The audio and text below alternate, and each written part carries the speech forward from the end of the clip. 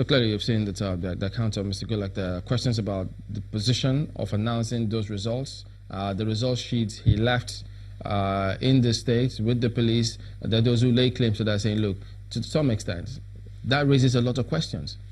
No, if I heard him very well, he never said he left result sheet with the police.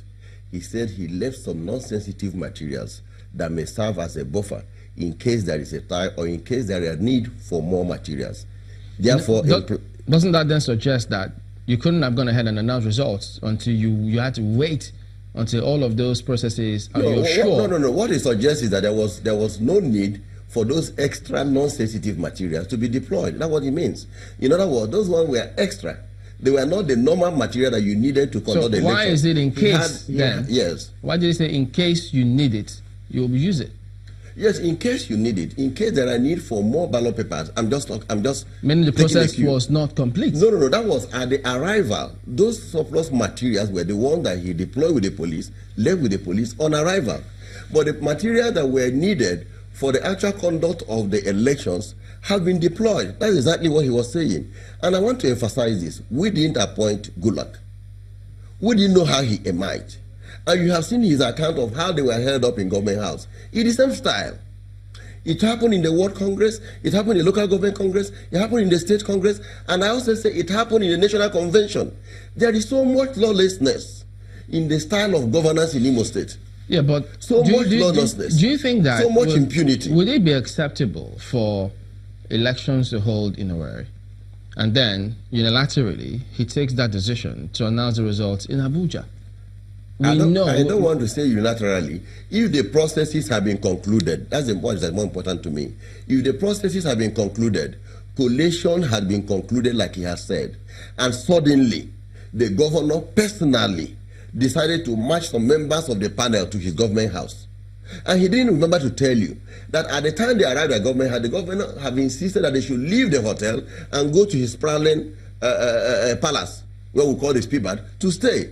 And they declined that they cannot be operating from a personal property. But there's a committee. The process was compromised. He wanted to compromise the process. Who? The governor, of course. I mean, he didn't mince words.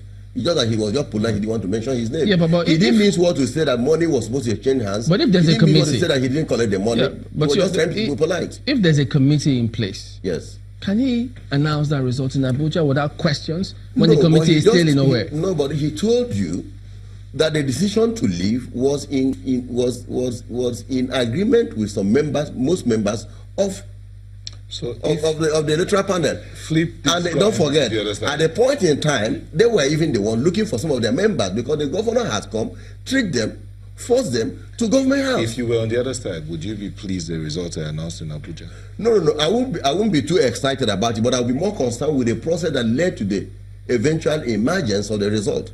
But let me keep asking you this. If Rochas and his men say there were no election, where did they get the result of the one they announced to declare Uche was winner? Let's ask Mr. Asimobi. Where did they get the result from? And let me put it before you even ask him. And I keep saying it for emphasis. Yeah. By the 10 p.m. on Friday, check the social media, you can recall them. They have already announced that Uche was leading in 22 out of 27 local governments. By 3 p.m., 3 a.m., 4 a.m., they have cancelled. The same people. Then by 12 noon or thereabout, you have announced him a winner. Where did the result come from? Now, what I'm trying to say, if there is I thought he said 3. Yes, 3 what? 3. Well, that's what he said. But by 12 noon, we're all in Owerri. I was in Owerri yesterday by 12 noon. Okay. By 12 noon, they have all gathered to announce the results. So election was not taking place anymore. Results were not being collated by them. By 12 noon, they were already gathered to announce the result. All right, let's get a response. By 10 a.m., they had left the hotel to go and announce the result. So it wasn't really exactly when we had it on air. By 10 a.m., they have gone. All right. All right? Ajuri. Thank you, Chamberlain, and welcome back to Abuja. Mr. Asimobi, please go ahead and respond. Well, let me say this. I hope Gulak is still on, so he can hear me. In today's Telegraph magazine, newspaper, I want to read the 5th paragraph, where he said, in fact, the tension there was so high, and if not for my resilience, we were supposed to have been rounded up and taken to our known destination. But I insisted by my first destination was the Commission of Police. When we got to the Commission of Police, I deposited the materials And the catchment is unknown to them. The materials I deposited with them were the ballot papers that were to be used when there is tie between the aspirants at the wards. Now, what it means is that Gulak has accepted everything I said, that he deceived his committee members and the police. As a matter of fact, in a sane country, a man like Gulak should have been arrested as we speak now.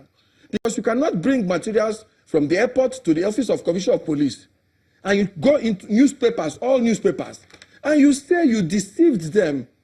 My account has been very clear. Here to Ekechi in his last comment, he said, I told the world, I lied, that there was no price. I said, no. What I said was, these people deployed 5 men in the morning, about 7 a.m., to go to the state secretariat and commence the process while they go with the governor to government house for their safety. So it's very clear. Now, what they've also forgot to ask Gulak, because Gulak was just perambulating. Now, what they should have asked Gulak was, did you visit the Commissioner of Police, which I alluded to he did? Did you visit the DGSSS? Did you visit INEC? You also visited the governor. And then you held stakeholders meeting by 10 p.m. I'll send the video, if it's not, it's online, for you to see Gulak's comment by 10:30, where he categorically stated that the process will commence by 6:30 a.m. the next day. Mr. Asimobi, yes. I'm going to come in here because yes, there's a clear divide between Mr. Ahmed Gulak, who chaired the committee, and the other 8 to 9 members who comprised the membership of the committee on this matter. You've cited the newspaper quotation saying essentially that unknown to them he dropped these materials. Yes. Yes. Now that's what he said. Yes. Now, if he said so, you're essentially concluding that means he deceived them because he had this hidden agenda. No, he said it there that he deceived them. He said unknown to them. He didn't say he deceived them. He said, see what he said. I've read the quotation. Yes, he said. I've read the quotation. Yes, I displayed the material unknown to them. The materials I deposited with them. So it's deceit. If you don't want to be known to them. I'm coming, Mr. Asimobi. Now, the claim Mr. Ahmed Gulak is making is that when they were brought to the government house, an offer was made to them. In fact, he's saying it's a coercive attempt to essentially make them, by whether it's financial inducement or otherwise, make them write a result sheet in favor of the son-in-law of the governor. That's the claim that he is making. Now, in view of that, if Mr. Ahmed Gulak is correct, and it's a big if he's correct that the other 8 members were successfully bought over by the governor of Imo State and that he said no to that process, can you say that he is essentially the culprit here? Or is it not possible that the other 8 members potentially were just doing the bidding of the governor? What do you have to say to that? Now, my account of what has happened to every discerning mind is a very straightforward account. I told you here, live on this program, that the members said after they left, they finished the stakeholders meeting, and they went to the chairman's room for a briefing, that they saw result sheets on his table. And the other members insisted that he should hand over those materials to the secretary of the committee, Barrister Henry Idohagbo. And now, what happened? By the morning, they had results from Gulak. And they also said, okay, let them continue the process with the results sheets they collected from Mr. Gulak in the night. And they continued with that process till 3 o'clock in the afternoon. Now, you had the national chairman that the 2 results are fake. What it means is that Mr. Gulak, Alhaji Ahmed Gulak, wrote results with fake result sheets and also handed over fake result sheets to members of his committee unknown to them. I hope you understand. You can picture what's going on. So if the national chairman says the result sheets were fake, I believe in that they were fake. And that's why I told you here, my first statement was, I support the decision of the national chairman. The results, materials they were given to come from Abuja, they drove from Abuja, in Ghana must go back, sealed, were all deposited with the police. Why do you deposit non-sensitive materials to the police? And then you keep the real materials. They came to the airport, we received them. We knew how many Ghana must go backs that accompanied them, because I was at the airport, as they said to the governor, to also monitor the process. The state chairman and the state working committee members were there.